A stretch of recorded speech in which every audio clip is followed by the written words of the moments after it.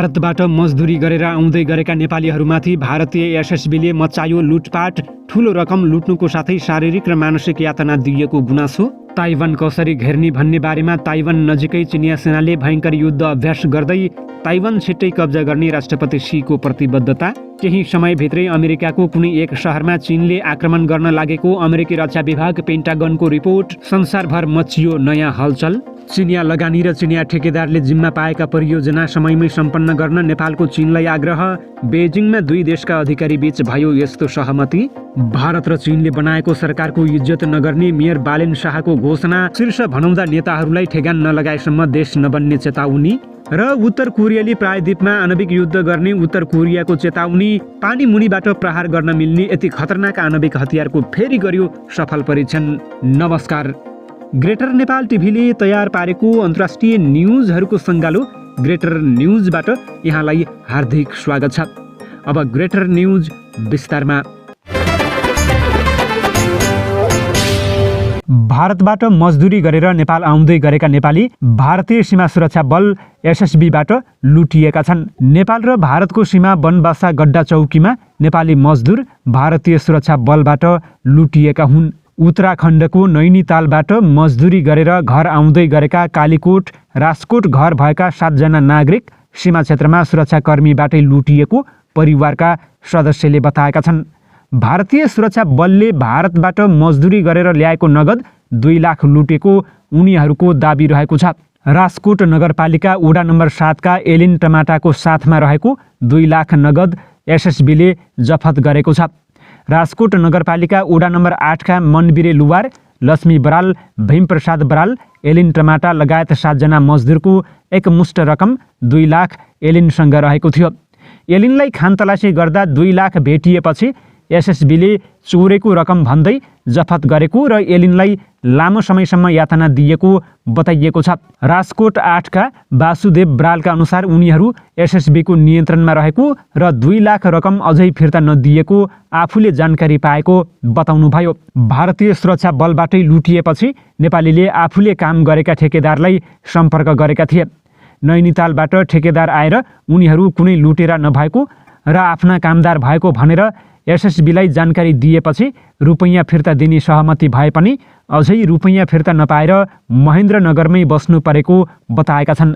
दिनकै आफ्नो पैसा फिर्ता माग्न जान्छौँ तर एसएसबीले फिर्ता नदिएका कारण महेन्द्रनगरको एक होटलमा बस्नु परेको मजदुरको भनाइरहेको छ।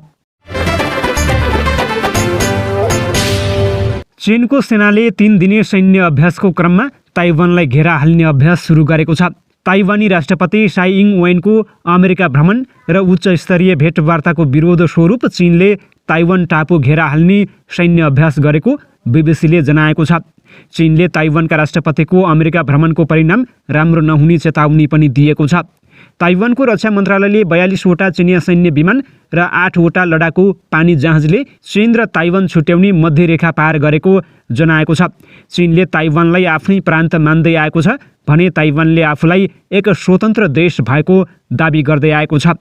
चिनिया सरकारी सञ्चार माध्यमले अहिले चलिरहेको सैन्य अभ्यासले ताइवान टापुलाई चीनले जुनसुकै बेला कब्जा गर्न सक्ने सामर्थ्य देखाउन खोजेको बताएका छन्। चिनिया सेनाले ताइवान वरपर लामो दूरीका रकेट, मिसाइल, लडाकु विमान, बम वर्षक लगायतका अत्याधुनिक हतियार तैनाथ गरेको छ। केही समय अघि भएको चिनिया जनकङ्ग्रेसको बैठकमा राष्ट्रपति सी जिनपिङले ताइवानलाई चीनकै प्रान्तको रूपमा राख्न जुनसुकै बेला बल प्रयोग गर्न सक्ने बताउनु भएको छ। ताइवान मुद्दालाई लिएर चीन र अमेरिका बीच सम्बन्ध बिग्रदै गएको छ। अमेरिकाले ताइवानलाई हतियार बिक्री गर्ने र ताइवान वरपर अत्याधुनिक हात हतियारका सेना परिचालनको काम गरिरहेको छ। यसलाई चीनले अधिनायकवादी काम भएको आरोप लगाएको छ। चीनले पहिलो पटक लगातार रूपमा आणविक ब्यालिस्टिक मिसाइलले सुसज्जित आफ्नो एउटा पनडुब्बीलाई समुद्रमा तैनाथ गरेर राखेको छ, जसका कारण अमेरिका र उसका सहयोगी राष्ट्रहरूमाथि दबाव सिर्जना भइरहेको छ। यो जानकारी अमेरिकी रक्षा मन्त्रालय अर्थात् पेन्टागनले पनि एक रिपोर्टमा दिएको छ। चीनले पहिलो पटक कुनै अमेरिकी सहरमाथि आक्रमण गर्ने तयारी गरेको पेन्टागनले भनेको छ र यसका लागि चीनले द्रुत गतिमा काम गरिरहेको बताएको छ। नेपालले चीनको अनुदान र चिनिया कम्पनीले ठेक्का पाएका नेपालका पूर्वाधार विकास आयोजनाहरू समयमै सक्न आग्रह गरेको छ। यस्ता आयोजनाहरू निर्माणमा ढिलाइ गरेपछि नेपालले त्यस्तो आग्रह गरेको हो। बेजिङमा शुक्रबार भएको नेपाल चीन कूटनीतिक परामर्श संयन्त्रको 15औं बैठकमा नेपाली पक्षले विकास आयोजनाहरू समयमै नसकिएकोतर्फ ध्यानाकर्षण गरायो। परराष्ट्र मन्त्रालयका अनुसार चिनिया पक्ष र कम्पनीबाट निर्माण भइरहेका आयोजनाको प्रगतिबारे समीक्षा भएको र कामलाई गति दिई समयमै सम्पन्न गर्ने सहमति भएको छ। नेपालका तर्फबाट विदेश सचिव भरतराज पौडेल र चीनका तर्फबाट उपविदेश मन्त्री सन विडोङले संयन्त्रको बैठकमा पूर्वाधार विकासमा भएका ढिला सुस्तीको समीक्षा गरेका थिए। नेपालमा अधिकांश ठूला पूर्वाधार विकासका आयोजनाहरूमा चिनिया कम्पनीले ठेक्का पाएको छ, तर उसले समयमै काम सम्पन्न गर्न सकेको छैन। पूर्व पश्चिम राजमार्ग अन्तर्गत बुटवल नारायणगढ सडक खण्ड चाइना स्टेट कम्पनीले 2019 देखि निर्माण गरिरहेको छ।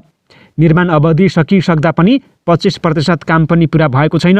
114 किलोमिटर उक्त सडक खण्डमा 17 अर्ब नेपाली रुपैयाँ एसियाली विकास बैङ्कको ऋण सहयोगमा बनिरहेको छ। चिनिया कम्पनीले काठमाडौँ निजगढ फास्ट ट्र्याकका विभिन्न प्याकेजको निर्माण ठेक्का पाए पनि समस्या देखिएका छन्। निर्माण कम्पनीहरू एकपटक निलम्बनमा परिसकेका छन्। चिनिया कम्पनीहरू काममा ढिलाइ र गुणस्तरको समेत प्रश्न उठ्दा आलोचित रहेका छन्। चीनले केही अनुदान र बाँकी नेपाली लगानीमा निर्माण भएको काठमाडौँ उपत्यकाको रिङ रोडका केही खण्डहरू समय अगावै बिग्रिएर पुनर्निर्माण गर्नु परेको छ। नेपालले आफ्ना उत्पादनहरू चीनमा निर्बाध ठाउँ दिन आग्रह पनि गरेको छ।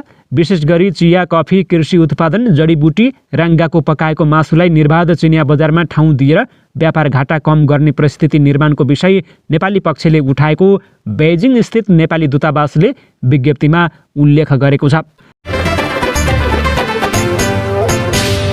काठमाडौँ महानगरपालिकाका मेयर बालेन्द्र शाह बालिनले एकपछि अर्को घोषणा गरेका छन्। शनिबार बिहान पहिलो स्ट्याटसबाट सिंहदरबारको फोहोर अब नउठाउने घोषणा गरेका उनले पुनः अब सङ्घीय सरकारलाई कुनै पनि सहयोग नगर्ने घोषणा गरेका हुन्। उनले अर्को फेसबुक अकाउन्ट मार्फत स्ट्याटस लेख्दै भारत र चीनले बनाएको सरकारको कुनै इज्जत नगर्ने बताएका छन्।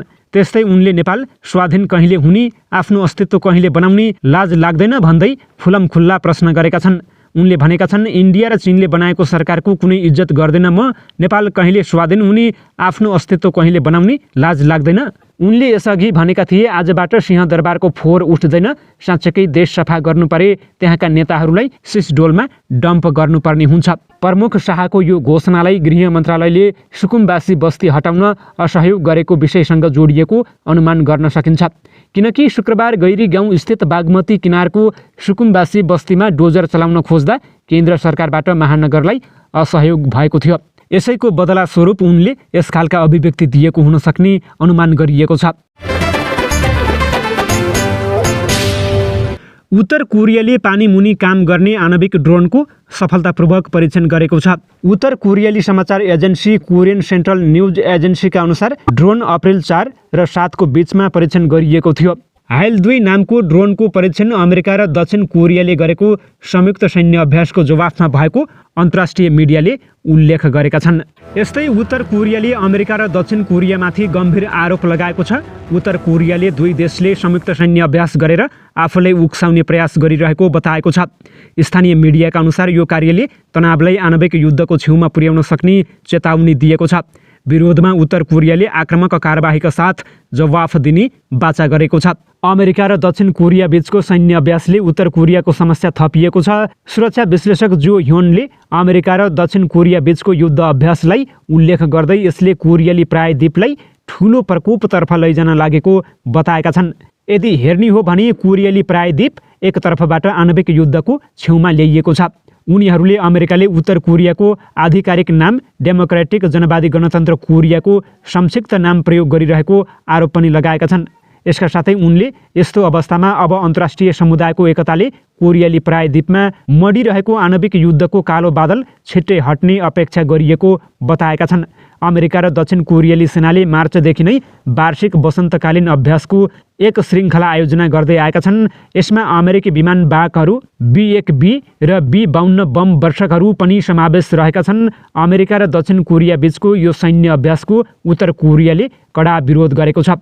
यसको तीखो प्रतिक्रिया व्यक्त गर्दै उत्तर कोरियाले यो सैन्य अभ्यासलाई आफ्नो विरुद्धको रणनीति भनेको छ। अमेरिका र दक्षिण कोरियाले 20वटा सैन्य अभ्यासबाट स्तब्ध भएर उत्तर कोरियाले आफ्नो सैन्य गतिविधिलाई तीव्रता दिएको छ। पछिल्ला केही दिनमा उत्तर कोरियाले धेरै साना र ठूला ब्यालिस्टिक मिसाइलहरू पनि प्रहार गरेको छ। ती मिसाइलहरूमध्ये एउटा मिसाइल अमेरिकाको जुनसुकै क्षेत्रमा प्रहार गर्न समेत सकिने खालको रहेको बताइएको छ।